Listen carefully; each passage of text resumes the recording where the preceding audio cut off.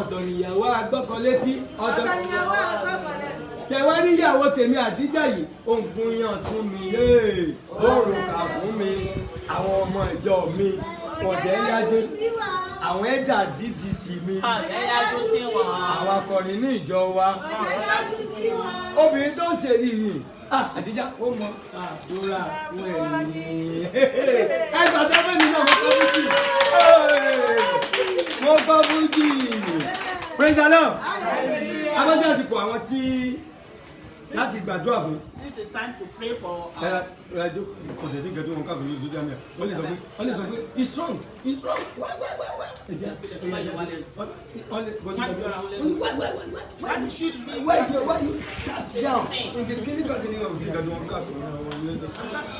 Abba ẹjọ́ ẹ bá kó fóònù lẹ̀ àwọn tó bá fẹ́ ká gbàdúrà fáwọn àsìkò lélẹ́yìí o àdúrà dé láti gbàdúrà gbogbo àwọn tí ó bá fẹ́ kí a gbàdúrà fún wọn àsìkò lélẹ́yìí gbogbo àwọn tí ó bá fẹ́ ká gbàdúrà fún wọn àsìkò lélẹ́yìí o ẹ pè wọlé ẹ jẹ́ ká gbàdúrà fún yín ẹ jẹ́ ká sọ ohun tí Ọlọ́run tí ó sọ wàá gbọ́ àdúrà mi bàmí fún ilé ọgbọ̀n ẹ bá táàbù náà bàtí ọmọ àgbèjì wà sọ bẹ́ẹ̀.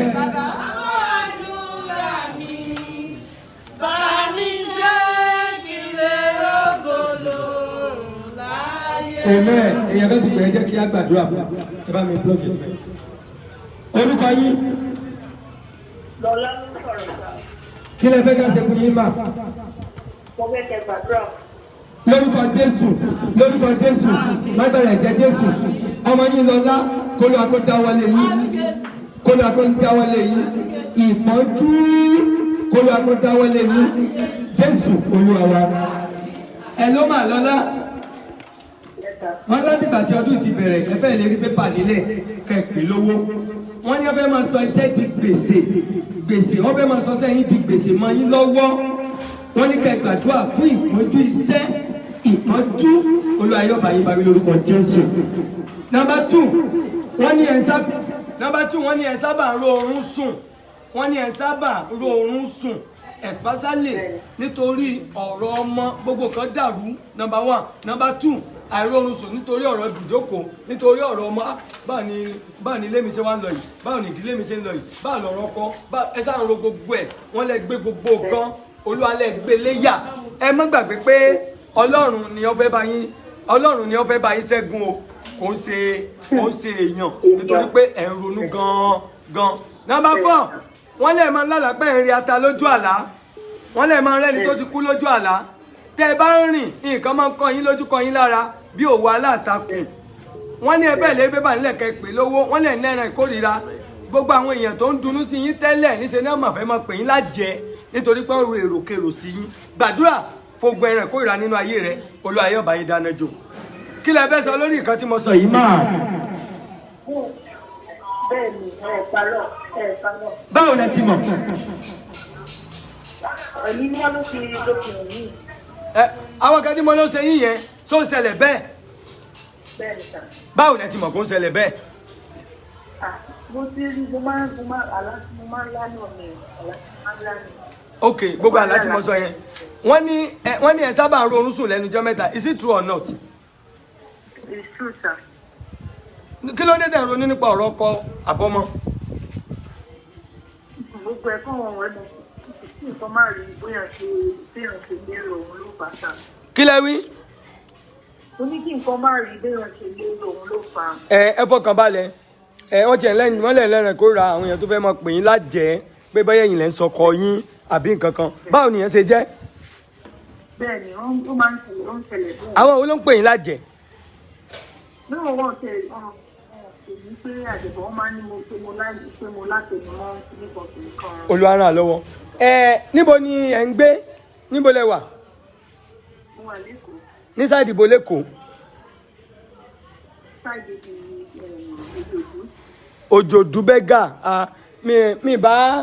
mi bá rọ̀ yín tẹ́ bá ní oore ọ̀fẹ́ láti wá sí chọ́ọ̀tì wa Ayọ̀bọ ni àwa wà ní sáìdì ìyànà ìpájà Ayọ̀bọ ẹ lè pè fún wọn wọ́n máa ṣàdírẹ́sì fún yín but ṣe mọ̀ àti lè ṣe counseling sí tó bá jẹ́ abroad tó bá jẹ́ abroad lè yẹn wá ń sìn ni màá mọ̀ sọ pé báyìí bọ̀ nígbà tá a ti jọ wà ẹsẹ̀ ẹja ríra wa physically ká lè sọ kan tẹ́ ẹ máa ṣe àdúrà yẹn àgbà sẹ́yìn gbádùn program Evangelist Bọ́lá Yẹ̀kínní. lọ́nà wo. Àdìjá o. ṣé ẹ lẹ́kì orin yẹn ni. ọwọ́ làdíjà kúkúrẹ́. ṣé ẹ gbà. lọ́nà wo. kí lẹ wí. ó ní mo máa ń gbádùn ní ẹni pé ìdílé aláyọ̀ ní tèmi mo máa ń dùn mí ó máa ń dùn mí ní pé kí àwọn àtọ̀kọ́ máa ṣiṣẹ́ mi. lágbára Ọlọ́run tí yín náà dùn jù yẹn lọ. ṣé ẹ̀yin òǹkọrin bẹ́ẹ̀ fọkọrin ni àbí kọ́kọrin kọrin bẹ́ẹ̀. ó náà máa ń kọrin máa ń kọrin síra wa bẹ́ẹ̀ ṣùgbọ́n ìmọ̀ fúnṣẹ́ ìdí ṣe máa ń gbé tó máa ń mọ ẹ̀yin tó jẹ́ pé ẹ jẹ́ pásítọ̀ lẹ́kún ẹ̀mọ̀ ó máa ń wú mi lórí gan tí bá ń wò. ẹ mọ̀ pé obìnrin tó bá dúró tíyàn nígbà tí ò bá sí tọ́lọ́run bá so owó ìyẹn láti karú obìnrin náà kún o. gẹ́gẹ́ bí ohun tí mo kọ yí pé obìnrin tó ó ní láti léèrè tó lè jẹ ọ̀yẹ̀ kò ní láti léèrè tó lè jẹ àdíjà mi tó dúró tì mí nígbà tí ò sí nígbà tí mi ò rí jẹ nígbà tó wá dé nìsíkọ yẹ kí n gbàgbé ìyẹn ó yẹ kó ní láti léèrè tó Evangelist Bọ́lá Yẹ̀kínní orí rẹ̀ ò ní burú láéláé àdíjà ni professor master aláìdì ẹ lè pààyàn lẹ́rìí aláìdì wọn fún gbogbo ìyàwó ilé tó kù Àdìjá táwọn Ọ̀yọ́. Àdìjá táwọn Ọ̀yọ́. Àdìjá táwọn Ọ̀yọ́. Evangelist Bọ́lá Yẹ̀kínní táwọn Ọ̀yọ́ o. Àdìjá táwọn Ọ̀yọ́. Àdìjá ni professor master. Around the world, gbogbo ìyàwó ilé tó. Mo wá kígbe Àdìjá o. Ṣé wá ìfò. Thank you. Ẹ kàn tẹ́ fún mọ́mí. Ìjọ́kíjọ́ tí ẹ bá wá sí church ẹjọ́ ẹ jẹ́ kí n mọ̀ yín. Okay, sir, yes, sir. Ẹ mọ̀ bọ̀ tí ẹ bá kọ́kọ́ wá ẹ má sọ ara yín pé bẹ́ẹ̀ mọ̀ mí ẹ jẹ́ kọ́kọ́ ṣe físọ̀ fún yín irú nǹkan ẹ rí pé mi mọ̀ yín sí orí fóònù mo ti rí yín mo dẹ̀ sọ gbogbo kan tó ń ṣe yín lẹ́yìn yẹn àwọn sọ̀tì ẹ̀ ní jẹ́ kẹrí mi lẹ́yìn yẹn tí a bá ti yan àwẹ̀ tẹ́ máa gbà tẹ́ bá tún wá fún deliver mo fẹ́ kẹ́ fara yín hàn mi ó yẹ tó rọ́ yẹ kẹ́ gbẹ̀bùn ó yẹ kẹ́ gbẹ̀bùn ó yẹ kẹ́ gbẹ̀bùn ó yẹ kẹ́ gbẹ̀bùn ó yẹ kẹ́ gbẹ̀bùn. àbí bẹ́ẹ̀ kí kú sẹ́ẹ̀dì credit card sí yín kí n sẹ́ẹ̀dì credit card sí yín. No, èmi ló yẹ kí mi sẹ́ẹ̀dì ní ìgbà ẹ bá fẹ́ sọ. ẹ bá mi kàtẹ́ ẹ ṣe máa ojú òní tì yín o ẹ jọ sí ẹ̀kọ́ nọ́mbà wọn lẹ̀ ẹ̀kọ́ nọ́mbà wọn lẹ̀ ẹ má wọrí ẹ mọ ẹ wà lábúrò máa sẹ́ǹdì kan tẹ́ máa ṣe fún yín kó tiẹ̀ tó di pé kínní ẹ ti mọ lágbára Ọlọ́run ẹ ṣe gan o ojú òní amen thank you. mọ́mí ti lọ bíríkì. hello.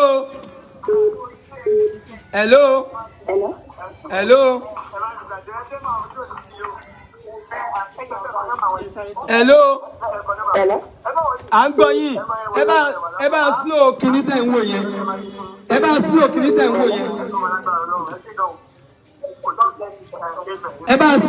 ń wò yẹn ká lè bá gbọ́ yín ẹ bá slow rédíò yẹn ẹ bá slow tẹ̀lé ẹ bá slow Facebook yín. Hello ma, hello.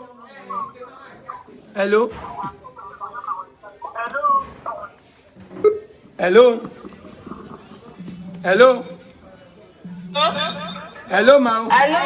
Hello ma. Ẹ jọ̀ọ́ fẹ́ bá túmọ̀ lásọ̀rọ̀ ní o. Èmi náà ní o, mò ń bá yín kí lẹ fẹ́ o. A kò fẹ́ tẹ gbàdúrà fún wa ní o.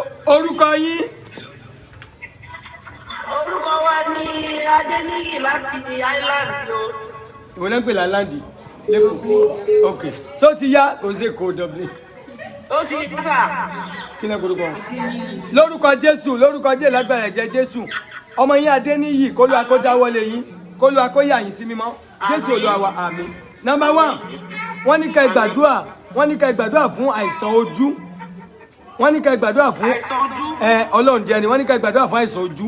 Pé lẹ́nu ọjọ́ mẹ́ta yìí bí kódà kó yìí bẹ́ẹ̀ mọ́ kọ́yọ̀ bí kódà kó ju yún yàn àbí kó ju èèyàn mọ́ pọ́n wọ́n ní ká gbàdúrà ẹ̀ nílògùn àìsàn ojú number 1 nìyẹn. number 2 wọ́n wá ní ẹ̀ ń káyà sókè nípa ọ̀rọ̀ ọmọ gan nípa ọ̀rọ̀ bùjókòó ayé ò ní fọmọ lù yín lórúkọ Jésù. number 3 wọ́n ní sẹ́yìn o wọ́n ní kò lọ déédéé rárá wọ́n ní gbogbo nǹkan wọ́n ló ó dàbí ìgbà tá a bá sọ pé ó dẹnu kọlẹ̀ kódà ohun téèyàn máa fi ń rèrò sí ọkọ téèyàn fẹ́ pé ṣé mi ò sì fẹ́ ṣé mo sì fẹ́ Ọlọ́run níjọ́ wáyé fún yín. number 5 wọ́n lè máa ń lálàkàlà wọ́n ní tẹ́ bá jí ẹ̀ rántí àlá yín rárá ìgbà míì bí kẹ́ máa kawó lójú àlá ìgbà míì kẹ́ máa bára yín lù abínibí yín lójú àlá ìgbà míì kẹ́ máa rẹ́ni tó ti kú lójú àlá ìgbà míì kẹ́ máa jẹun lójú àlá wọ́n ní kẹ́ gbàdúrà fún ogun àlá burúkú nínú ayé yín Olúwa yóò bá yín bá wí lórúkọ Jésù. wọ́n lé ní kankan tẹ́ ń pósẹ́sì o nípa ọ̀rọ̀ ìwé kan wọ́n ní kẹ́ má bẹ̀rù wọ́n ní yóò bọ̀ sí lórúkọ Jésù. ìjáyà lórí ọmọ kí lẹ fẹ́ sọ mọ́mì mo ti gúnlẹ̀. Ọkọ̀ ìwé tẹ́sán yẹn náà ni à ń gbàdúrà fún ìwé ìlú ìtawà yìí. ìlú wo lẹ́lẹ́ wà? Island. ṣé island tó wà lẹ́kọ̀ọ́? No, Dublin. mi mọ̀ pé island pọ̀ ìmọ̀ pé àwọ̀ lọ́bì kan rí mi mọ̀ pé island pọ̀ mo lò. torí island kan náà wà lẹ́kọ̀ọ́ mo sì lọ síbẹ̀ lẹ́nìí island mi mọ̀ pé island yẹn ni. mọ́mì ohun tí mo rí sí yẹn kí lẹ fẹ́ sọ nípa ẹ̀? ẹni tó gbé sọ́rọ̀ nípa ọ̀rọ̀ òwe yẹn tẹ̀rọ̀ òwe tẹ́ sọ́lẹ̀. wọ́n dẹ̀ ní ẹ nípọ̀jù owó kí ló dẹ̀ ń jẹ́yà nípa ọ̀rọ̀ ọmọ tẹ́ bí?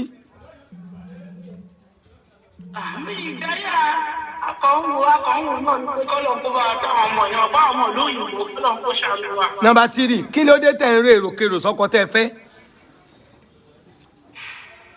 bí ìrèrò náà ẹ̀wọ̀ tí yàrá ti fẹ́ ọkọ tó ti rí àwọn òní oríṣiríṣi rí àyè yóò ọkọ̀ mi kàn máa ń lọ síbẹ̀. pé Ọlọ́run jẹ́ kí ọkọ yìí ká bára wa kalẹ̀ lórúkọ Jésù o. ẹsẹ̀ jẹ́ ká fìyẹn lẹ̀ fọlọ́run Ọlọ́run ní gbogbo ẹ̀. anyway wọ́n ti kọ físàn yín sílẹ̀ màá pè yín màá sọ solúsọ̀ fún yín. Okay, sir. Sẹ́yìn gbá. Ẹ sáà ní ìgbà tí ẹ dìde wọ́n náà fẹ́ lọ bírèkì. Màmá ò dàbí tiwa ìgbà tẹ́mi bèbí nípa mi ẹ tẹ́mi jẹ bisikíìtì ó tún dà sí mi gbàgbọ́ ara. Àmì Jésù o sẹ́ẹ̀ lè kọrin Àdíjá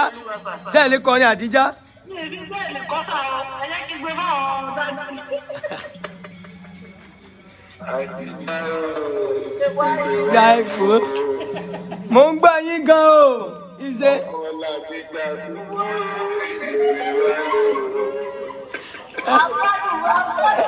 ẹ ṣe máa o Ọlọ́run á tó lé yín délẹ̀ o ẹ nínú kò dìtì ẹ ṣe pọ̀ ojú òní ti yan ẹ ṣe gan. ok wọ́n kì í yín o. ẹ ṣé o, God bless you. Àwọn ṣe gan adé dúpẹ́ mọ̀mọ́ tó dúró kì í náà for the past 23 years tọ́jú tí wọ́n pẹ̀lú èdè mi náà èso níyà yín o ẹ̀sìn tí ẹ máa débi gíga o. amen ẹ ṣe gbọ́. ẹ ṣe gan thank you ma God bless you. ok ẹ ṣe gan ẹ ti múṣẹ́ yẹn lọ. kò sí problem. màmá olùfẹ́ yín náà wọ́n ti múṣẹ́ yẹn lọ o. ok ẹ lẹ́kì bí ẹ ṣe interpret. That's good. So kò ní jáwọ́ Yorùbá nìkan là ń gbádùn yín sọ àwọn tí ò gbọ́ Yorùbá náà so wọ́n lè wà áká ìwọ̀n àlọ́ pẹ̀lú yín. ok gbogbo àgbáyé ló ń sọ yìí kò sí Yorùbá nìkan gbogbo ẹ̀ wò tápá ń wò Haúsá ń wò so ó múṣẹ́ yẹn yìí sí so we really enjoy you. àdúgbò náà mọ́mí náà tọ́lọ́ jẹ́ mọ́lá àjọba wọn nulẹ̀. fún ọmọ jẹ. ẹ ṣe pọ̀ máa o. a jẹ́ pé màá wá orin òyìnbó kan tí màá kọ fún mọ́mì torí àwọn olóyìnbó náà wọ́n lè bá gbádùn ẹ ṣe pọ̀ ó dàbọ̀. a jẹ́ pé tí bá ti sọ físà sí wọn ẹ má bá wa sọ ẹ má bá yín tàbí tiẹ̀ ẹ̀yin ni wọ́n sọ lọ́wọ́lọ́wọ́ sẹ́mọ̀ ok èmi ò ní sọ. hello.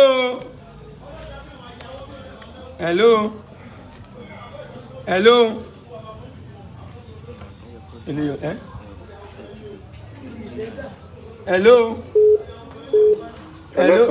hello sir o orúkọ yín. orúkọ mi ni Fẹ́mi sàn fẹ́ kẹ́ ìfàdúrà ràn mí lọ́wọ́ ní sà. ok lórúkọ Jésù lágbára jẹ́jẹ́ ọmọ yín Ṣẹ́gun kó Olúwa kó dáwọ́lé ọmọ yín Ṣẹ́gun kó Olúwa kó yà sí mímọ́ Jésù Olúwa wa àmín. Fẹ́mi ọmọ yín Fẹ́mi kó Olúwa kó dáwọ́lé Fẹ́mi kó Olúwa kó yà sí mímọ́ gbogbo agbára tó mú èèyàn dúró sójú kan náà nínú ayé Fẹ́mi káwọn ogun ọ̀run dáná jó Jésù Olúwa wa àmín. dádì wọ́n ní tẹ́ bá ń rìn. I said when you walk. wọ́n ní tẹ́ bá ń rìn. When you walk. wọ́n ní nǹkan máa ń kọ yín lójú kọ yín lára bí òwò aláǹtakùn. Things like cobwebs usually your front. wọ́n lè mọ ní bílì pé pajápajá mú yín lọ́wọ́ mú yín lẹ́sẹ̀. You have a feeling like you have leg cramp in your hand. lójú ayé nínú ẹ̀mí mo rí bí ẹni pé wọ́n de ọ̀tá yín mọ́lẹ̀.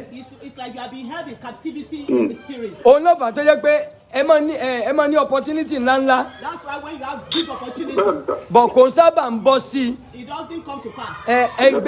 ìgbẹ́kẹ̀lé yín máa ń di òfo. You always have the problem of promise and faith. wọ́n ní ta ẹni obìnrin kan dẹ́yìn àti ẹ̀tẹ́ ẹjọ́ jà gan-an. Which woman did you fight with? wọ́n ní ẹjọ́ jà gan-an. You fought seriously. báwo ló ti jẹ́ sí yín sà? How is it? Who is that woman? ó ti pẹ́ ọ̀rẹ́ mi.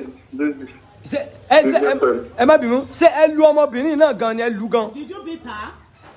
No. kí wàá ní ìjà yẹn. ẹ mọ̀ gbọ́. hello sẹ́rí mo rí bí ìgbà tá a bá ní ẹ̀yìn àtobìnrin kan jà. It's like you and a woman fought very well. tẹ́nìyẹn dẹ̀ mú bí ìgbà tá a bá ní ó mú ọ̀dà wíwá yín. And the person like took your underwear. tó mú bí pàǹtì yẹn lọ. Maybe your boxer or your pants or singlet. nítorí tẹ́lẹ̀ ẹ máa ń rí ṣe gan. Because before now you are very rich. kẹ́ tó ṣiṣẹ́ kan ni a ti dowó. Before you do one contract you break through. obìnrin tẹ̀mí sọ ìkóso obìnrin tó ti pẹ́ gan o. This one I'm talking about is not a long time friend. òun ló mú àwọn ọ̀dà wíwá yẹn. She took all those undies. àwọn ló mú àwọn ọ̀dà wíwá yẹn. She took all those undies. òun ló mú. She took the undies. lọ́wọ́ bẹ̀rẹ̀ sí lò. And she started using them. láti fi ṣe ìpọ́njú fún yín. To do problem to create affliction in your family life. ẹ ní láti gbàdúrà gan o. You need to pray. fúnra ara yín ẹ máa ṣe sóòrù ọjọ́ méje. On your own you will do 7 days vigil. ìsóòrù ọjọ́ méje. 7 days vigil. ẹ máa jí láago kóòrù. You will rise up 1 a.m. ẹ wà bí Ọlọ́run ṣe dá yín. Stay in stark nakedness. ẹ nawọ́ yín méjèèjì sókè. Raise up your hands. ẹ kígbe hallelujah. Shout hallelujah. ẹ sọ bẹ́ẹ̀ lọ́nà 21. Say 21 times. ẹni ọba tó forí hallelujah wó di Jẹ́ríkò. You God that used hallelujah. ogun tó ń yọ mí lẹ́nu. The battle that pulled down wall of Jericho. ogun tó ń dà mí láàmú. The battle troubling. Olúwa wó lulẹ̀. God pull it down. gbogbo àṣàṣe ewé àtegbò. Every charm of herbs. gbogbo àṣàṣe ewé àtegbò. Every charm of divination. ẹ ṣe bẹ́ẹ̀ fòdìdí ọjọ́ méje láago kan òru. Say it 7 times 1 a.m. tó bá di ọjọ́ kẹjọ. On the 8th day. ẹ mẹ́sàn pé ẹ wá bíi bóyá 10 àbí 20 àbí 9. Get very small money. ẹ fi gbàdúrà dáadáa ẹ fi pa gbogbo ara yín. Use it to pray to rub your body. ẹ lọ pín fún oníbàárà. Go and give it to beggars. tó bá di ọjọ́ kẹsàn-án ẹ jẹ́ sọ̀tàn tó bá di ọjọ́ kẹsàn-án. On the 9th day. kí wọ́n wá èso mẹ́sàn-án. Get 7 different fruits. yes èso mẹ́sàn-án. 7 different fruits. ẹ fi gbàdúrà. Use it to pray. ẹ pé èso ìṣerere ayé mi o. The fruit of my life. ẹni kó lu akó dá padà níbikíbi tó bá wà. The fruit of goodness in my life. Olúwa gbà lọ́wọ́ oṣó. Father, withdraw and give Olúwa me. gbà lọ́wọ́ àjẹ́. Take it from witches and give me. Olúwa gbà lọ́wọ́ èmèrè. Take it from wizard and give me. lẹ́yìn àdúrà yẹn After that prayer. àwọn èso yẹn All those fruits. ẹ máa lọ fi ṣe ìtọrẹ àánú ni o. Go and give them out for Pẹ̀lú beggars owó. without money. èso ẹyọ kan tó bá kù The only remaining fruit. ẹ̀yin lè máa jẹ. You are the one that will eat it.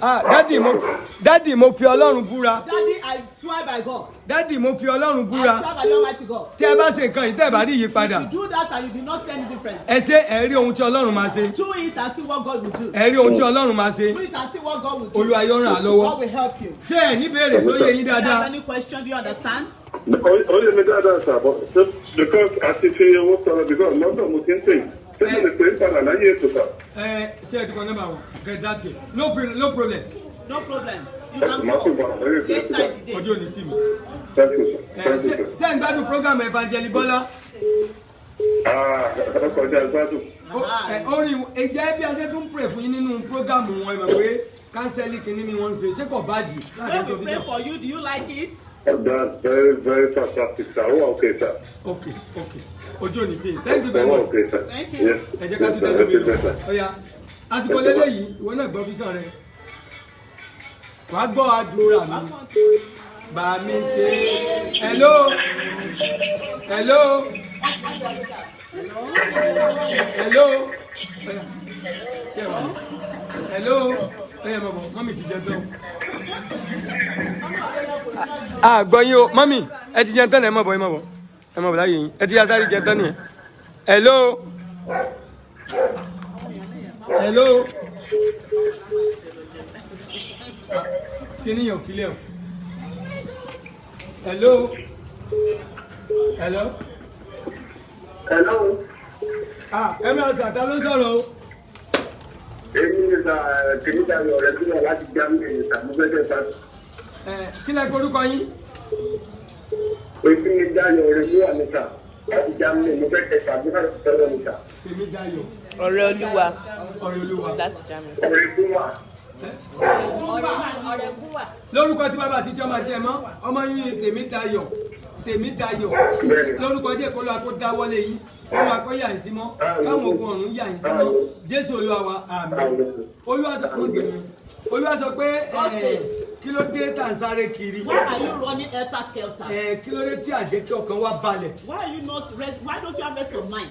Ká wà stable níbì kan. Why don't you stay stable? Nítorí ibi tẹ́ ẹ wà yìí. Because where you are now. Ẹ sì ń rò láti fẹ́ rìn àjò lọ sí another place. You are thinking of jumping out to another place. Níbo lẹ ti wá tẹ́lẹ̀ tẹ́ fi wá síbí Where bẹ̀? did you come from before you get to where you are Olúwa now? ní kẹ́ ẹ fọkàn yín balẹ̀. God's head stabilize Kẹ́ wá yourself gbàdúrà. somewhere. You have rest of Wọ́n ní mind. ẹjẹ́ ni Pray. tó ń ṣiṣẹ́ business kámọ̀tà kámọ̀rà. You are someone in the business issue. Tẹ́lẹ̀ bọ̀ gbogbo nǹkan yóò lọ déédéé. But everything has turned upside down for you.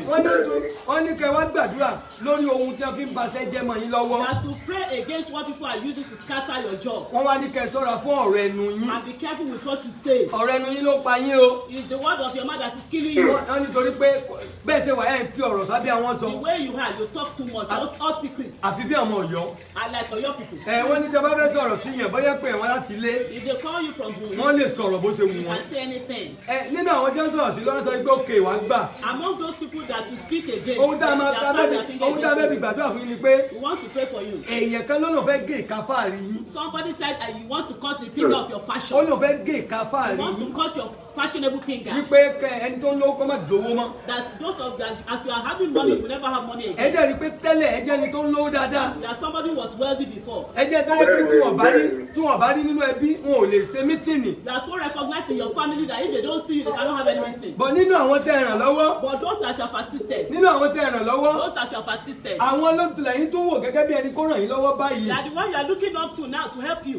Débi pé wọn ò dẹ̀ fẹ́ ràn yín And lọ́wọ́. they are not willing to help you. Dádì ọ̀rọ̀ ẹnu yín ni o. That it is the word of your mouth. A rí mítì kan bí ẹni báwọn gan gádà. We see a meeting as people are gathering Nípa ọ̀rọ̀ ilé àbílẹ̀ àbí property. about a property A issue. bínú sọ̀rọ̀ kan bẹ́ẹ̀. And then you said something Nípasẹ̀ nasty bẹ́ẹ̀. there. Through that, Ó mú wàhálà wọlé. you brought problems Wọ́n to tún wá ní your ká life. ìgbàdúrà lórí àlá burúkú tẹ̀ ńlá o. Say you should pray about your bad dream. Kódà nígbà mi gan ìrántí àlá yín. Sometimes you don't even remember the dreams.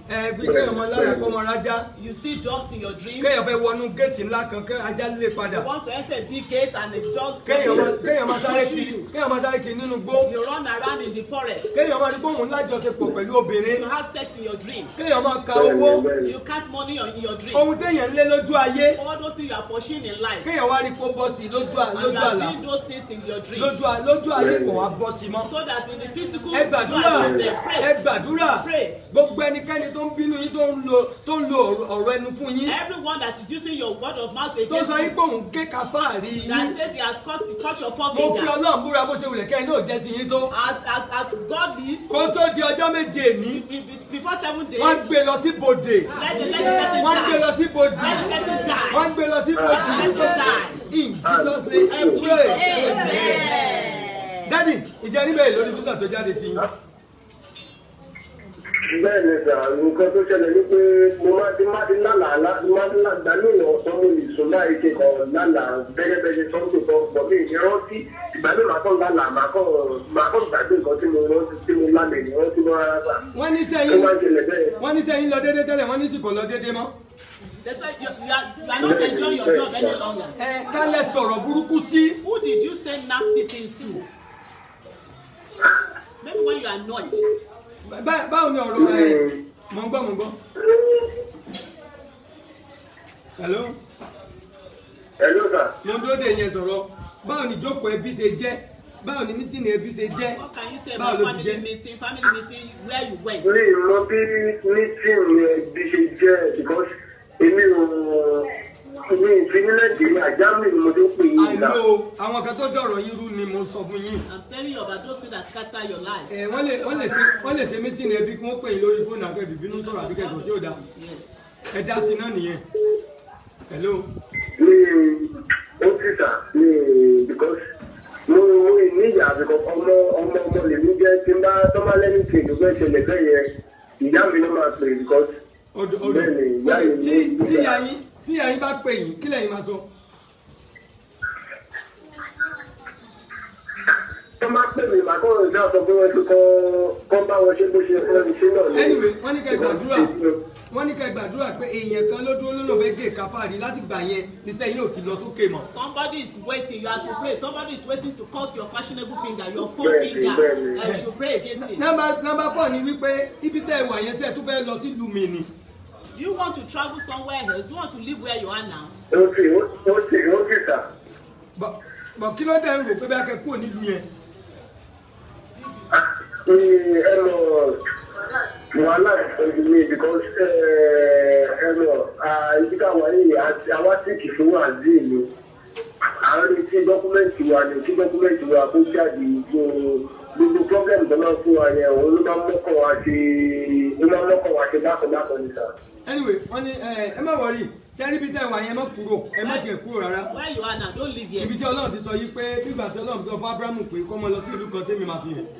God told Abraham that I will show you a land that you will go. Ibi tí Ọlọ́run fi hàn yín nìyẹn but ogun wà níwájú yín. That is why God has got there is a battle ahead of you. Èèyàn kan ló gé káfáàrí yín. Somebody has cut your forefinger. Nítorí pé Ọlọ́run ó jẹ́ kọ́wọ́ yín jí láti lè wá. Because from time God has blessed you from the beginning. Nígbà tó yá lẹ́bù ti dàrú. And later everything goes Olúwa yóò ràn yín lọ́wọ́. God will help you. Wọ́n ti kọ fóònù nọ́mbà yín lẹ̀ á máa sọ solution fún yín later. You get a solution later. You can visit your phone number.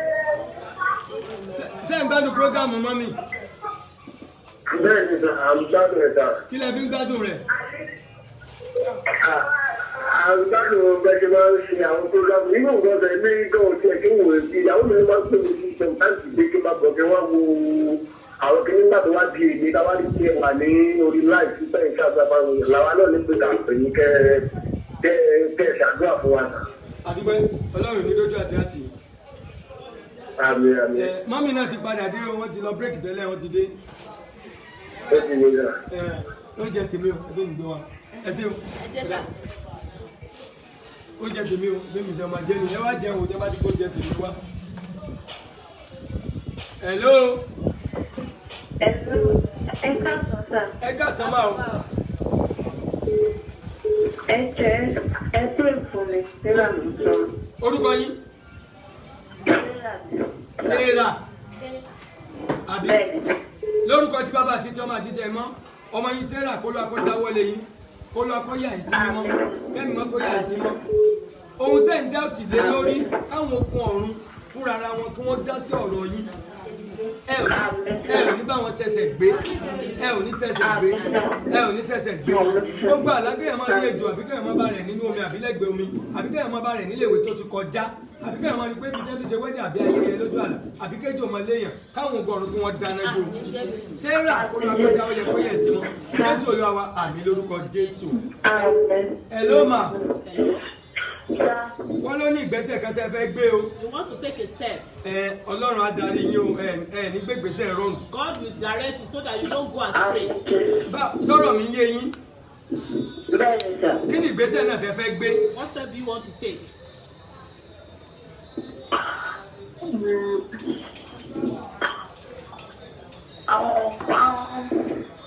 Hello. Mo ń gbọ́rọ̀ yín.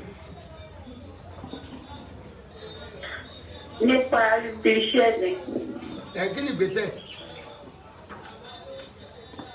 Àwọn ọ̀gá kì í fẹ́ kú bẹ́ẹ̀ lọ́pọ̀ aláìní. Ṣé ti rí sẹ́mi rẹ̀ fẹ́ kúrò ni? Have you got another job? Ẹ wà kí á wù ohun tó máa mú ìpọ́njú wá Olúwa jẹ́ kẹrin. Number 2. Akẹ́yọ̀ ọmọ lálàá kọ́ máa bá rẹ̀ nílé ìwé lójú àlà àtàwọn àlá tí mo dárúkọ yẹn báwo ló ti rí? Bẹ́ẹ̀ni sà. Aláwo lè ṣe báwo lẹ ti mọ̀ kó tọ́ ni?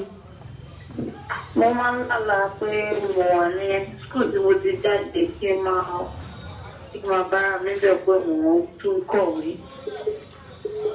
Kí n máa lálàá ejò owó tẹ̀sán ọ̀tọ̀ ni. Mọ́mì, ẹ nídìí àdúrà fún ogun ìṣíká ilé ọkọ o. You need prayer against marital Nítorí problem. pé wọ́n ní ẹjẹ́ ni tó burú tó gbónára. Because you are very impatient and you are always angry. Wọ́n ní ẹ nídìí àdúrà ogun ọkọ ọ̀run ò ní borí yín o. And the battle of husband. Báwo ni ọ̀rọ̀ ìjà ṣe jẹ́ nípa ọ̀rọ̀ ọkọ? Ilé ọkọ náà ni mo wà. Báwo ni ìjà? There's a problem between Mo ń you. gbọ́. Ilé ọkọ ni mo wà fún yìí o. Mo ṣe ń wojú ọlọ́run fọ́ọ̀mù láti ẹ̀. Ìkan yẹn wá ó ń jẹ́ kẹ́yìn àtọkọ yín máa jà ní gbogbo ìgbà. Does it cause misunderstanding? Ẹ ní láti gbàdúrà fún ogun ìṣíká ilé ọkọ. You have to pray against moving from Sẹ́ni one ká bá fẹ́ husband to gbàdúrà another. fún yín pé kí ọ̀rọ̀ kẹ́ ẹ lọ́kọ dalẹ̀ àti pé kẹ́ ẹ lè rọmọ bí. Dámi pé a ní láti gbàdúrà nípa ogun ẹgbẹ́ ìmìrì àtọkọ ọ̀run. We have to pray against marine spirit A ní and láti spiritual gbàdúrà fún husband for you. yín Olúwa kó pín yín níyà. So that God can separate you. Ọba tó pín ọ̀run àtayé níyà. God that divided the head Ọba and tó the pín ìmọ́lẹ̀ àtòkùnkùn níyà. that divided light and darkness. Tó wá rí pé ìmọ́lẹ̀ dáa ju òkùnkùn lọ. And knows that light is better than darkness. Olúwa yóò gba ẹ̀tọ́ yín padà. The Lord will command your restore your Mọ́mì, ìjẹ́ ilé gbàwẹ̀. Can you fast? Bẹ́ẹ̀ni sọ. Ẹ máa gba àwẹ̀ ọjọ́ méje. You fast for 7 days. Ẹ máa gba àwẹ̀ ọjọ́ méje. 7 days fasting. Sẹ́yìn gbọ́ mi sà, mà. Bẹ́ẹ̀ni sọ. Sẹ́yìn tó bá ti di aago méjìlá, tẹ́ bá ti fẹ́ bírèkì bọ́dẹ̀ di aago mẹ́fà lẹ́lẹ̀ ìbádé. About 12 in the afternoon or 6 p.m. Ní àárọ̀ kùtùkùtù kẹ́ ẹ tó bẹ́ anybody sọ̀rọ̀. Very early in the morning before you speak with anybody. Ẹ gbọ́wọ́lé àyà yín. Place your hand on your breast. Ẹ gbọ́wọ́lé àyà yín. Place your hands on your breast. Ogun má lè bá èèyàn kan ọmọ lọ́yàn téèyàn fi kú. The battle that prevents women from having a child that can suck from their breast. Ogun téèyàn fi ń bá èèyàn fún yàn lọ́yàn ọmọ tiẹ̀ téèyàn fi kú. The battle that causes barrenness till death. Ẹ sọ bẹ́ẹ̀ lọ́nà èjì yín. Say it times your age. Ẹni ẹlẹ́dàá mi o. Say, oh God, my Father. Ẹ máa sọ bẹ́ẹ̀ in your age. Oh God, my Creator, in your age. Ẹlẹ́dàá mi o. Oh, my Creator, in Ó your yẹ age. bàjẹ́. Destroy the Mo fẹ́ battle. fọmọ lọ́yàn. Destroy the battle. Mo fẹ́ fọmọ lọ́yàn. I want to have Ogun a tí a fi ń child. jẹ́ ọmọ gbà I mọ́ mi want lọ́wọ́ to suck a child. lójú àlá. I want a child to Ogun tí a fi ń suck jẹ́ ọmọ gbà mọ́ mi lọ́wọ́. everything they used to snatch Ogun children ọkọ from ọ̀run. me in my dream. Ogun ọkọ ọ̀run. Spiritual husband Ogun ẹgbẹ́ problem. ìmèrè. Spiritual Ilé tó ní problem of ìní marriage lọ́kọ àbí spirit. tó ní máa pínyà pẹ̀lú ọkọ. That says I will separate with my husband. Ẹ gbàdúrà Pray láàárọ̀ kùtù ẹ bá jí. in the morning. Ẹ sọ bẹ́ẹ̀ lálẹ́. Say it in the Sẹ́ni evening. ẹni tẹ̀lé máa fẹ́ bírèkì. Anytime you want to break, Ẹ máa kọ́kọ́ bá mi fi èso ọ̀gẹ̀dẹ̀. use banana.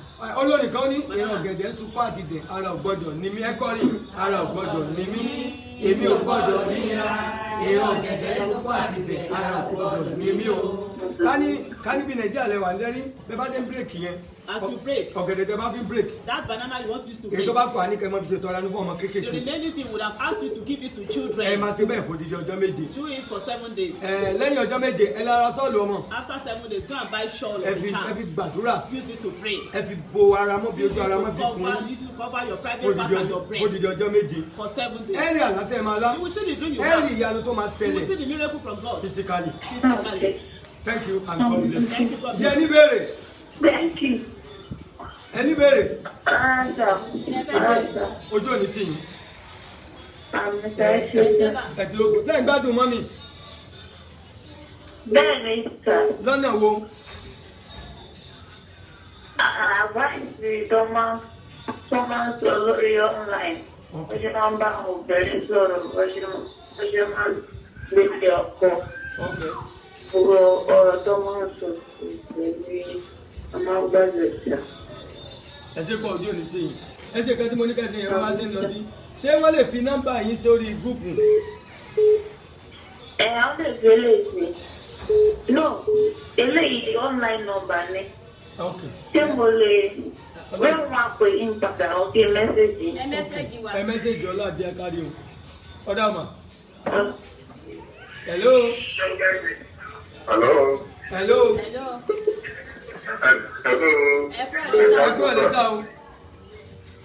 Yes, sir. kí lẹ fẹ́ ká ṣe fún yín sá. Adéwìyí Gbẹ́ngà lórúkọ mi ni wọ́n pè yín láti Germany. Mo fẹ́ kẹ́ gbàdúrà fún mi. kí lẹ borúkọ wọn. Adéwìyí Gbẹ́ngà. ok lórúkọ tí bàbá àti tí ọmọ àti tí ẹ mọ́ ọmọ yín Adéwuyì Gbénga kó lọ kó dáwọ́ lé yín kó lọ kó yà yín sí mọ́ gbogbo ẹnikẹ́ni tá a rántí láti ṣe lórí láti ṣe láàánú kó lọ kó ràn wá káwọn ogun ọ̀run kan ràn wá gbogbo àlá ìbálòpọ̀ ojú àlá tó ń fa inú rúnrún fún yín ní gbogbo ìgbà káwọn ogun ọ̀run bàjẹ́ mọ́ yín lọ́wọ́ gbogbo àṣàṣì àtìlẹ́wà ogun olórogún ogun sílé bàbá káwọn ogun ọ̀run bàjẹ́ mọ́ yín lọ́wọ́ kó lọ kó dáwọ́ lé yín kó yà yín sí mọ́ Jésù lọ àmì ẹ̀ ló sà wọ́n ní ẹ̀yin àti ọ̀rẹ́ kan wọ́n lè jọ wà nígbà kan rí. You once have a friend, old friend. kódà ọ̀rẹ́ yẹn ó pa lórí. The man has bald head. èmi mọ̀ bí iṣẹ́ payín pọ̀ lẹ́tà lẹ́wà péyà pẹ̀lú jà. You work together and you later go different ways with fights anyway. ǹjẹ́ ẹ rántí kan tí mo sọ yẹn. Can you remember? ẹni tí mo wọ̀ wí pé ọ̀rẹ́ mi ti lọ sí gbàgbà tí mo wà ní Kwara police tí mo wà nílọrin Ìlọrin mo ti parí láti 2004 ìgbà tí àpọ̀nbí minor dispute náà ní tí o ní ilẹ̀ tó ń ṣètò tí mo fi ń ká túbọ̀. ìyẹn wà nílọrin. mọ̀bọ̀ ṣé ẹ ti jọ ṣe business rí. Have you done business together before? Both of you? Okay, yes. Mo ti rántí yẹn ìyẹn ní ẹni kájọ bí business papọ̀ ẹ̀yẹn wà ní Èkó gbà tí mo fi wà ní Yàtà tí mo fi ta gbọ́ngbẹ̀ nígbà yẹn. ok kí ló dé ẹni tí mo wí ọsẹ bẹ́ẹ̀ ní parí díẹ̀ o. He has bald head. ó parí yes ó parí. àbẹ kí ni ó pè lóyìnbó parí. bald you understand bald. ṣé ẹ̀yin méjèèjì ṣe ti jọ wà papọ̀. Are you still together? no up till now àjọ wà mọ́ ìtura àgbẹ̀ sọ̀rọ̀. ẹ mọ̀ gbọ́ sẹ́rí nípasẹ̀ ọ̀rẹ́ lọ́nà fẹ́ fi fà yín lọ́wọ́ sókè. True friend, God wants to lift you up. àwọn èèyàn kan wà wá ní sáfọ́ rẹ̀. Some people say run away from friends. wọn ò gbọdọ̀ sọ fẹ́yìn pé sáfọ́ rẹ̀. But they cannot tell you to run away from friends. nítorí nípasẹ̀ ọ̀rẹ́. Because it is true friends. lọ́nà fẹ́ fi gbé yín ga. that God wants to use to raise you up. ọ̀rẹ́ tí mo sọ nípa parí yẹn. This bald man. ní àsìkò yẹ́yìn àti ẹjọ́ ní àwọn business kan tẹ́jọ́ ṣe. At a time we were doing some businesses together. lọ́dọ̀ yẹn pé business yẹn tẹ̀ grow. And the business grew very well. sẹ́rí ìlú bíi tẹ́ wà yẹn náà. Where you are now. ó ní ọ̀rẹ́ kan náà tẹ́ bá rìn. You have another friend there. ẹni táwọn wí lára. He's huge. ó yọ̀dí. He has bum. ó sì gbẹlẹ̀. And he's very huge, tall, and he has protruded tummy. ìjẹ́ ìmọ̀. You know him. mo mọ ẹni tí mo sọ mo mọ nígbà tó mo sì rí lánàá. kí ni ohun tó ń bá yín sọ nípa ọ̀rẹ́ sẹ́ nípa bísínẹ́sì kan. What is he saying about a particular business of recent? èmi mo máa ń gbé kọ̀ǹténà wá sí Nàìjíríà òun náà ni mo máa ń lò fún àwọn iṣẹ́ tí mo ń ṣe mo máa ń dín pẹ̀lú táyà pẹ̀lú mọ́tò. ṣé wàá rí ọ̀rẹ́ tí mò ń sọ yìí. This your friend. sẹ́rí nípasẹ̀ ọ̀rẹ́ ni arákùnrin máa fi make it. Okay, it is through your friends that you will make it. ẹni tí mo sọ yìí kọ́mọ yẹn jẹ́ o. Don't try to cheat this person that we are talking about. Don't cheat him in any way. sẹ́rí normally Ọlọ́run sọ pé ó máa gbé yín ga. Normally God said he will lift you up. bọ̀ nítorí pé bí kéèyàn fẹ́ ṣe nǹkan kọ́kọ́ lọ sí nílùú abínibí ẹ̀. But you have been going to your father's house for too long when you want to do some celebration. bí kéèyàn sọ pé mo fẹ́ lọ kọ́lé. It's like maybe you want to build house and you go to your father's house. mo fẹ́ lọ ralẹ̀. You go to family house. báwo ló ti jẹ́ How is it? Explain. Is it true? ṣé ló ti kí tèmi àbí. ẹ̀yin náà mo bá wí ọ̀rọ̀ yín náà mo ti sọ. ok sir èmi ti project tí mo ṣe àṣálẹ̀ mo ti parí ẹ̀ ní lẹ́kọ̀ọ́ so mo ti ralẹ̀ mo lè ti parí ẹ̀ so ìmí ni mo tẹ̀ tó wá sí bọ́lọ̀pàá fún mi. nígbà tí ẹ̀rọ ayẹyẹ ṣé tú ẹbí kan ni ṣé tú ẹbí ni. When you bought that property, did you buy it through a family member? ó ṣe àbúrò mi lẹni tó mú tú àbúrò mi ni mo fi ralẹ̀ yìí nígbà tí mo rà. kó tó di pé ọ̀rọ̀ ilé náà yanjú tán kí ni àwọn ìjà kan tó wá ṣẹlẹ̀ láàrin yín àtàbúrò àti ẹbí. Before you finish building that house. àbúrò mi yẹn what kind of disagreement? mo ra mọ́tò bí màá mo máa ń sẹ́ndì mọ́tò wá Nàìjíríà dáadáa so mọ́tò yẹn mo sẹ́ndì bí i 8 or 7 mo sẹ́ndì wá gbà yẹn wọ́n ṣáà ṣe kìíní yẹn báṣubàṣu kò níyànjú tí wọ́n máa ní discuss fún náà transport ló ń ṣe mo tún wá rẹ ọ̀kan fún òun ní wọ́n máa fi ṣe transport so mo dẹ̀ sọ mo ní gbogbo yàgò fún ẹ mo ní kó máa gba owó mi ọ̀nà ẹ̀dùn láì láti dáadáa mọ́tò yẹn tàbí ọlọ́run ní ìgbà ìlú Nàìjíríà ni mo wà níwájú gbogbo yàgò lọ́sùn ó sábà mọ́tò yẹn láńtẹ̀ mọ́tò yẹn parẹ́ ọ̀nà ìlú náà jà so but nísìnyí náà ó lè tún wá padà wá sọ́dọ̀ mi tí ẹgbẹ́ tó bá mi sọ̀rọ̀ so ibùdó gbogbo tó máa ń ìdúró orúkọ tí máa ń sẹ́ǹdì kọ̀ǹtínà àtẹ̀jẹ̀ mo máa ń forúkọ ẹ̀ sí pé tó dàrú náà lè rí one or two things. hello sir. Hello, sir. Wọ́n ti wákàtí rẹ̀ má fi bẹ́ẹ̀ ṣe nǹkan kan nípasẹ̀ ẹbí mọ́. From this time, don't do anything through your family Kọ́mọ̀ member. bàjẹ́ pé you will go down and you will go up later you will not go down. Okay. Did you hear me clear? mo gbọ́ yín dà mo gbàlàyé. Number 3. Number 3. Ìyàwó yín kọ́ ṣẹ́fẹ́ jẹ́ ẹni tó ń kó ìyàwó jọ bí ìyàwó méjì mẹ́ta ni sà. Where is your wife? Do you want to marry as many as you can afford? no kọ́ o ìyàwó mélòó lẹ fẹ́. mi ò fẹ́ ẹyọ kan náà ló ṣì fi gbà ẹyọ kan náà ló ṣì fi gbà. sit yẹ ti kọ́lẹ̀ sit mẹ́ Yorùbá ní sit mẹ́ Yorùbá ní gẹ́rà fọ́ọ̀kì Yorùbá ní gẹ́rà fọ́ọ̀kì bátì kìíní yẹn ló dáhùn ẹ̀jẹ̀ yìí tí ẹni tó ń wò wá wo àpá o bátì kìíní yẹn ló dáhùn ogun ìdílé o òun ló ń bá jà o ẹ wo ẹ̀jẹ̀ bá wá bá wọn báyìí kásáré chájì wọ́n ti kọ́lẹ̀ o ti kọ́ fóònù ọbẹ̀ náà adé ìlú ayọ́rà lọ́wọ́.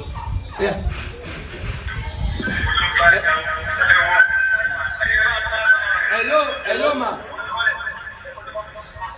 Hello, mo fẹ́ wá láti sọ̀rọ̀. ẹ jọ ẹ bá slow fóònù tẹ́ fi wò wáyé ẹ bá slow rẹ̀ down.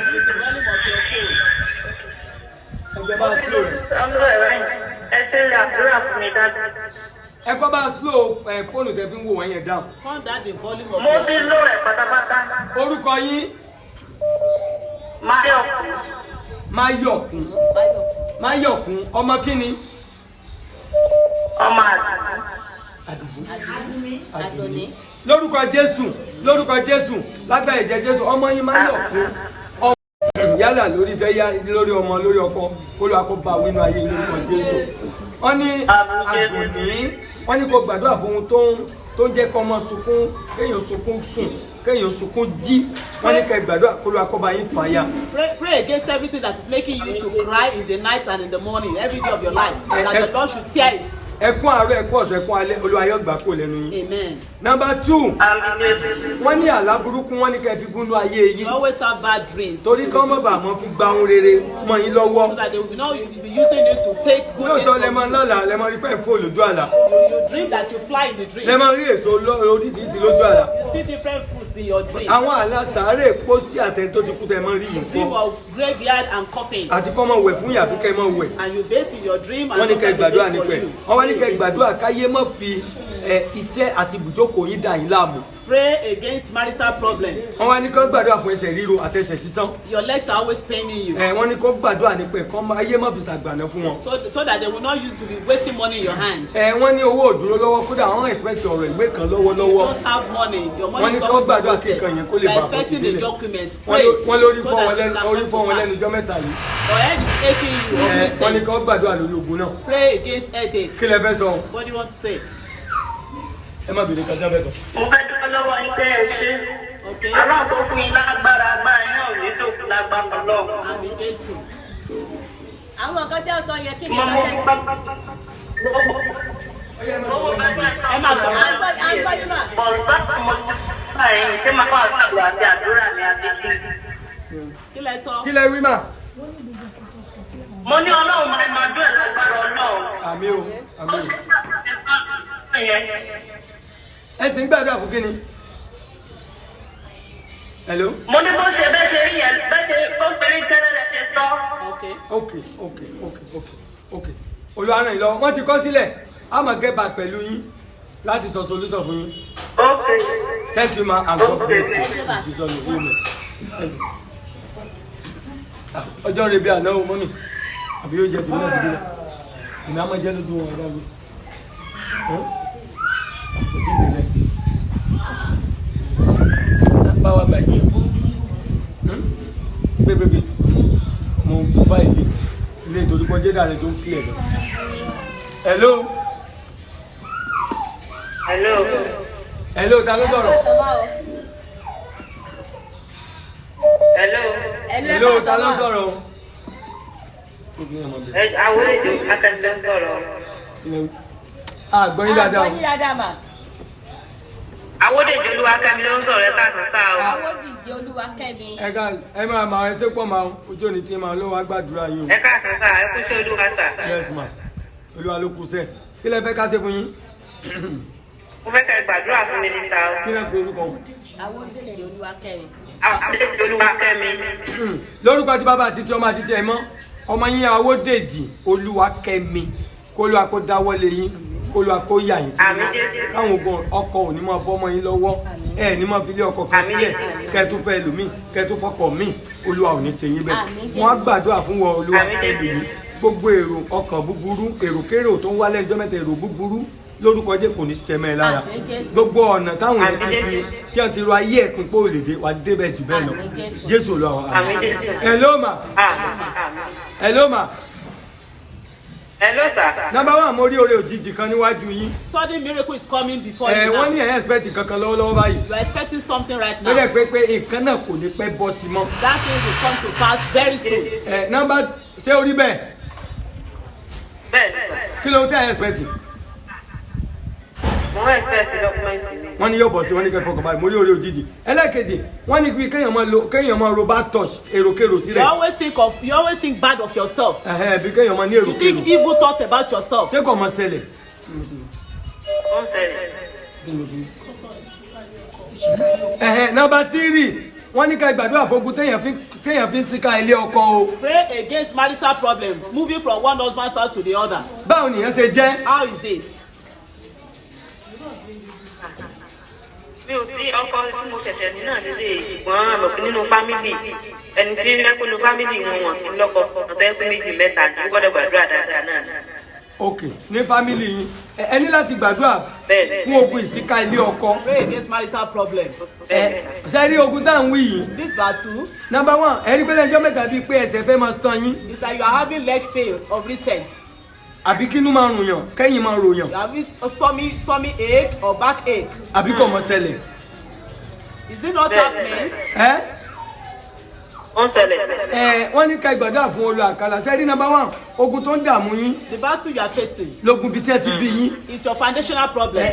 Foundational battle. Nítorí pé bẹ́ẹ̀ ṣe wà ẹgbẹ́ pẹ̀lú àwọn àgbàlagbà mẹ́ta kan rí. You have lived with old women in time àwọn past, 3 of àgbàlagbà them. mẹ́ta kan rí. Old people, 3 of them. Ẹ gbàdúrà fún ogun abínibí. Pray against foundational problem. Kọ́ wá tún gbàdúrà lórí ogun ọkọ ọ̀run náà. Pray against spiritual husband.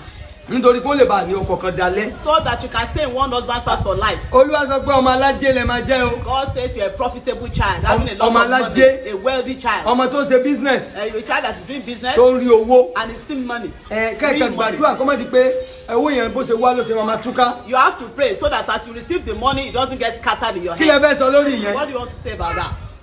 N tẹ́ ẹ sọ òótọ́ nítorí ẹni tí mo fẹ́ ó ń ṣe bísínẹ́sì náà ló ń ṣe ó ṣẹ̀ṣẹ̀ bímọ fún náà ni.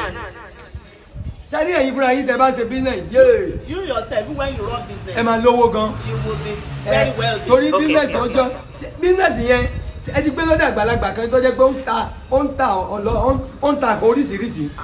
Have you lived with a business woman that sells so many things? Mi ò rántí. An elderly person, time past. Hello, ṣé ń gbọ́ wa? Hello. Hello sir. Wọ́n ní mo rí bẹ́ẹ̀ ni bẹ́ẹ̀ gbé lọ́dọ̀ yẹn kan rí tó ń tajà dẹ́dẹ́ bá tajà lásìkò yẹn ẹ máa ń tà gan. It shows that. Ọ̀rọ̀ ọjà títà wọ́n ló wà nínú ọ̀rọ̀ yìí tẹ́ bá tà ẹ̀ lówó lọ́wọ́. Doing business is your way. Àmọ́ kẹ́ gbàdúrà fún ogun ìsìnká ilé ọkọ àti àìsàn. You have to pray against marital problem moving from one husband's house to the other and serious sickness. Orí Pray fífọ́, against serious sickness, headache. Kéèyàn má ti dàgbà débi kan kó máa fẹ́ ní hypertension. Having hypertension even though you are not of age, you are still very young. Àbí kéèyàn fẹ́ níbi diabetes. Or like having diabetes in your system. Àbí kéèyàn máa fẹ́ wúkọ́. Or having palpitation in your heart. Báwo ló ti rí mà? Like coughing. Bẹ́ẹ̀ni nǹkan tẹ́ ẹ sọ bí nǹkan tó ń ṣe dájú mi lọ́wọ́lọ́wọ́ ni. Bí kí ló ń dà yín láàmú yẹn?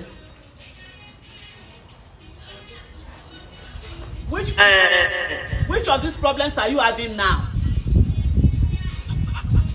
Diabetes. Ẹyin inú àṣàyàn fẹ́ fún yín náà. Olúwa ràn yín lọ́wọ́ ẹni ìdàdúrà gan ẹni dípò òjijì wọ́n ti kọ nọ́mbà yín sílẹ̀ ọmọ yìí dà wọ́n ti kọ nọ́mbà yín sílẹ̀ ẹ jẹ́ fún ọmọ kan wọ́n ti kọ nọ́mbà yín sílẹ̀. Your number has been written. Wọ́n ti kọ nọ́mbà yín sílẹ̀ pẹ̀lú ogun tó ń jà yín a máa ṣàlàyé everything fún yín wọ́n tẹ̀sẹ̀ sí yín olùwárà lọ́wọ́ ṣé ẹ níbẹ̀rẹ̀ mọ́ sẹ́yìn gbádùn prógámù mọ́mì. màá tún máa mẹ́sẹ̀jì ní àmúgbádùn mẹ́sẹ̀jì sẹ́ǹsẹ̀ wọn gan-an ọlọ́run á máa ràn wọ́n lọ́wọ́ o. ẹ ṣe gan ma o. ǹjẹ́ ẹ rántí orin tí mo kọ fún wọn rí? àyè máa ń kọrin fún wọn pé àdíjà o ìdèwà ẹ̀ mo máa rántí bọ̀. ó máa ń ṣe kí ni? mo máa rántí orin tí wọ́n á kọ fún wọn. Okay, ṣe pọ̀. Okay ma.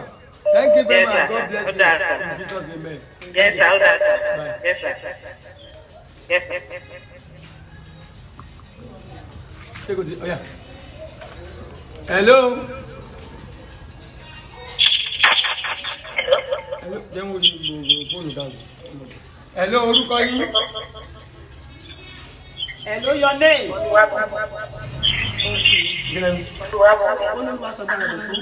I say, Emil, I say, ma. Thank you, man. God bless you. Say, Laurent. Hello.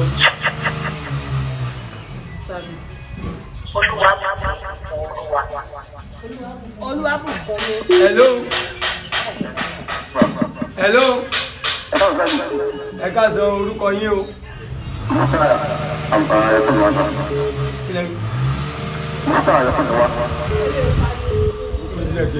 Àgbọ̀ yín o.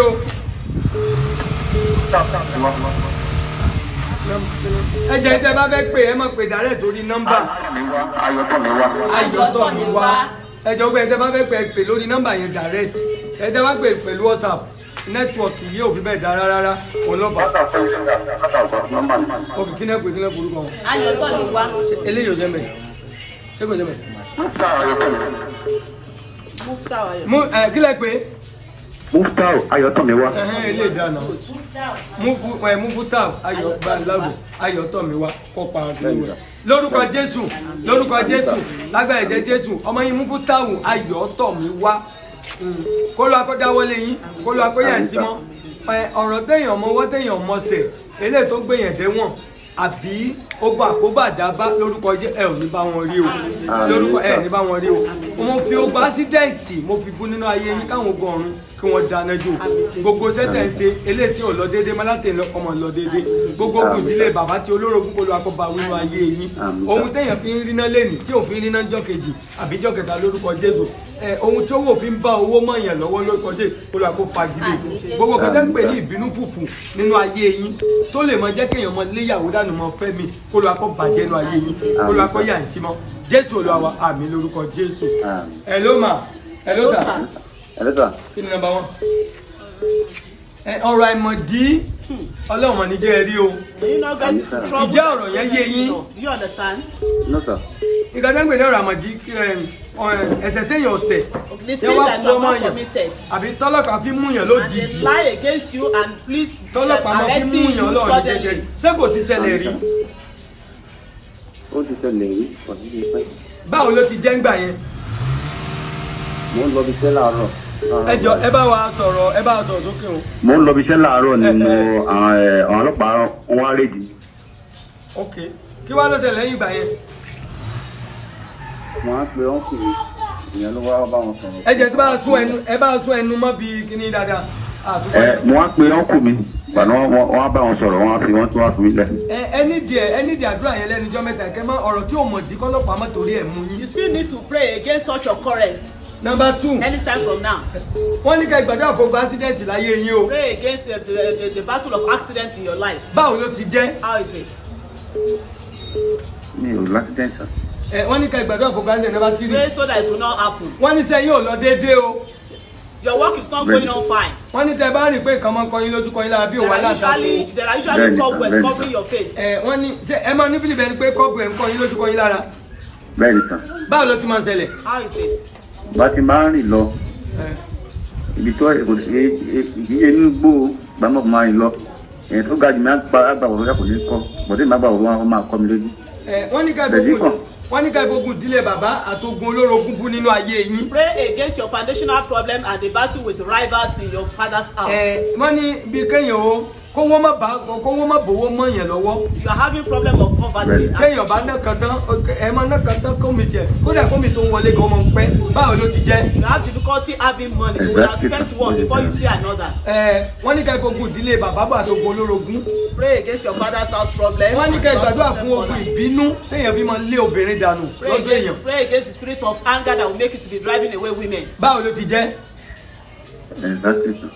Ṣé ẹ ti níyàwó kan tẹ́ lé dànù ni? Àfẹ́fẹ́ náà ni. Ok, ìyàwó yín gangan ṣé gbà míì ẹ máa ń bá jáde pé máa ń yọdì àbí tẹ́ máa ní wo máa lọ síbẹ̀ ní àbí kéèyàn yẹra díẹ̀. Do you get irritated with your wife? Do you get offended, angry and say please go for that? Ìyá kan máa ń sọ̀rọ̀ argument but kò ń ṣe kò sí lọ́dọ̀ mi náà kò ń ṣe mi náà ni. Kí lẹ wí? Ó sì wà lọ́nà ni àti ìfẹ́ra kan. Ẹ ní láti gbàdúrà gan fún ogun inú fùfù téèyàn máa fi lé obìnrin dànù. Pray against the spirit of annoyance that will make you to be driving away women. Ìyàwó mélòó ni bàbá yín fẹ́? How many wives has your father? Méjì. Mẹ́ta ni mo rí o. Ogun olórogún ní ló ń dà yín láàmú. Mẹ́ta ni mo rí. You are having problem with the rivals of your father. Mi ò mọ ọ̀rọ̀ gbàdúrà fún ogun olórogún. Pray against the spirit of rivals. Wọ́n nígbà mi tẹ̀ bá rí ẹ̀ máa ní pílì ibẹ̀ ni pé èèyàn orí yín dìde jẹ̀. Sometimes you feel as if your head is swollen suddenly. Àbí kọ́mọdé àbí pé báyìí èèyàn kan rìn pẹ̀lú yàn. As if there is some kind of vibration somebody else is working with you. Wọ́n ní kán fogun náà bú. You have to rebuke that battle in your life. Kólúwa kó lè dáná jò. Olúwa ní sí Olúwa wà níwájú yín o. God says you are going to become a man of God. Ṣé ẹ ti ṣiṣẹ́ Olúwa rí ni? Have you worked as servants of God? Àtọ́sà. Mo rí sí Olúwa níwájú yín o. I see the work of the ministry in your front. Kí iṣẹ́ ayé iṣẹ́ ara kó lè bá dín lámọ̀ yín lọ́wọ́. Okay, so that the job that you are doing in the physical as a business can prosper in your hands. Wọ́n nígbà míì bí ká ẹ máa lálàá rẹ ni tó ti kú lójú àlá. Sometimes you dream of dead people in your dream. Ṣé máa ń la sà? Bẹ́ẹ̀ni sà. Báwo lẹ ti máa ń la? Mo máa bá mi máa sọ̀rọ̀. Ẹni tó ti kú. Wọ́n nígbà míì ẹ máa ń lálàá pé ẹ ń bára yín nílùú ẹ̀dẹ̀ máa ń ka owó tó pọ̀ lójú àlá. Kódà wọ́n lè máa rí àwọn important person lójú àlá. Okay, you always see important people in your dream and sometimes you dream of seeing yourself in your father's house in the dream and sometimes you count money in your dream. Báwo ló ti jẹ́? Bẹ́ẹ̀ni sà. Ẹ ní láti gbàdúrà fógun ìdílé bàbá àtogun olórogún. Ọ̀rọ̀ yín dàbí ẹni tí ẹ ní láti gbàdúrà fógun ìdílé bàbá àtogun olórogún. Ọ̀rọ̀ yín dàbí ẹni tí wọ́n gbin àgbàdo sínú ẹ̀gún. Your case is like somebody who has planted maize inside thorn. Àgbàdo yẹn wọ́n ti ń dàgbà. And the maize is growing. Ẹ̀gún yẹn wọ́n fún gba. But the thorn will not allow you to pluck to harvest it. Bẹ́ẹ̀ ni ọ̀rọ̀ tá a yín rí. That's the way your problem is. Ẹ gbàdúrà fún tẹ́ bá ti ń lówó báyìí kí owó yẹn kó lè mọ dalẹ̀. Pray so that whatever money you have when you become wealthy so that it can be a lasting thing. Kẹ́ mọ́ bá mọ́ bá wọn fi owó pìtàn. So that you will not begin to tell story about having money in life. Báwo ni ọ̀rọ̀ mi ṣe yé yín? How is it? Hello? Hello? Hello? Hello? So the body right? Hello?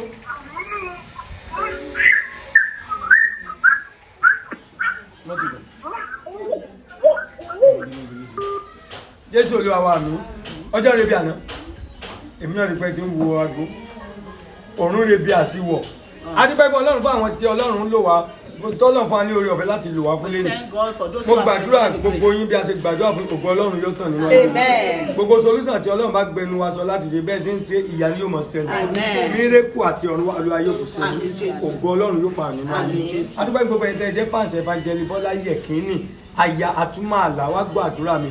A dúpẹ́ lórúkọ Jésù gbogbo ìdáwọ́lé yìí ọmọ yọrí sí i. Àrùn kòrólà tó wà níta yìí títí tó máa fi kásẹ̀ ńlẹ̀ tọmọtọmọ tọkọtọkọ tayátayá tẹbítẹbí a ò ní bá wọn ní kùnbẹ lórúkọ Jésù a ò ní bá wọn ní kùnbẹ lórúkọ Jésù a ò ní bá wọn ní kùnbẹ nítorí pé àrùn náà ṣẹlẹ̀ ní Ísírẹ́lì lọ́jọ́ kìíní àná Olúwa fún ní àṣẹ láti máa fi nǹkan kan sàmì sílé bí àrùn yẹn ṣe ń bọ̀ ó ń rí wọn bẹ́ẹ̀ ló ń kọjá mo fi ẹ̀jẹ̀ Jésù mo fi sàmì nínú ilé ibi tẹ́ ń gbé lọ́wọ́lọ́wọ́ báyìí àrùn burúkú àrùn kò gbóògùn kò ní ráyè wọ Olúwa kó dáwọ́lé wa Olúwa kó yà wá sí wọn Jésù Olúwa wa. Àmín àmín àmín lórúkọ Jésù. Èmi Evangelist Pastor Prophet John J. Yekini ọkọ Evangelist Bọ́lá Yẹ̀kínì ló sọ pé for now àwa lẹ́mọ̀ rí ẹ̀yin náà lámọ̀ dé bá tí dàtú mọ̀ pàdé lọ́la àbí lọ́tùnla mo kí wa pé happy Sunday to you all.